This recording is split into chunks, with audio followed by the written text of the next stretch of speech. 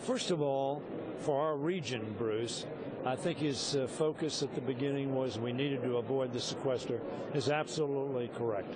And I would hope that our Republican colleagues would work with us to come up with an alternative in the next 2 weeks to sequester. As a matter of fact, I would be so bold to say is we might want to use the next week, which is supposed to be a week off, to work here and do it, or at least if we're not here, to have people working to get us there. Very important. This president, I think tonight, set forth an agenda that I think is a good one if we want to make America stronger, better now and in the future. Job creation he put as a major objective. As you know, I'm the sponsor of what we call a Make It in America agenda, which is all about bringing manufacturing home, creating an environment to expand manufacturing and jobs. And the president pointed out you need infrastructure to do that. You need energy independence and energy, low-cost energy, plentiful energy, and alternative energy sources from non-fossil fuels. So I think the president put forth an agenda, much of which we can accomplish if we work together, and then that's the trick. But I think there's much in there that Republicans support and that Democrats could support.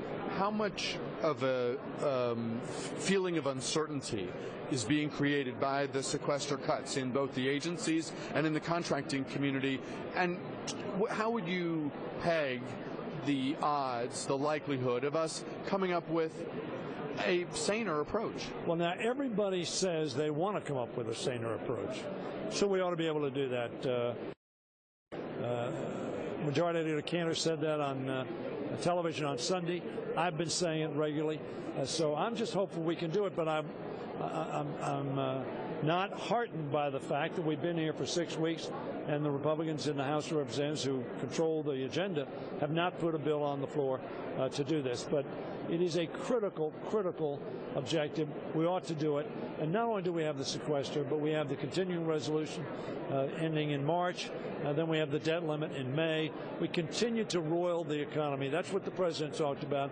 We need some stability. We need some confidence. And briefly, in terms of the military and foreign affairs aspects of the president's speech tonight, do you support, for example, the outline, the plan he's outlined in terms of our troop posture in Afghanistan? I do. This is America's longest war. It's time for us to turn over responsibility to the Afghans, to get our people out. As he said, we're going to leave some people there for training purposes.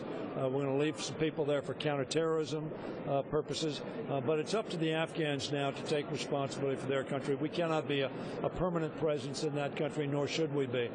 So I think the president outlined a responsible way forward to reduce and then eliminate our presence in Afghanistan. You know, it's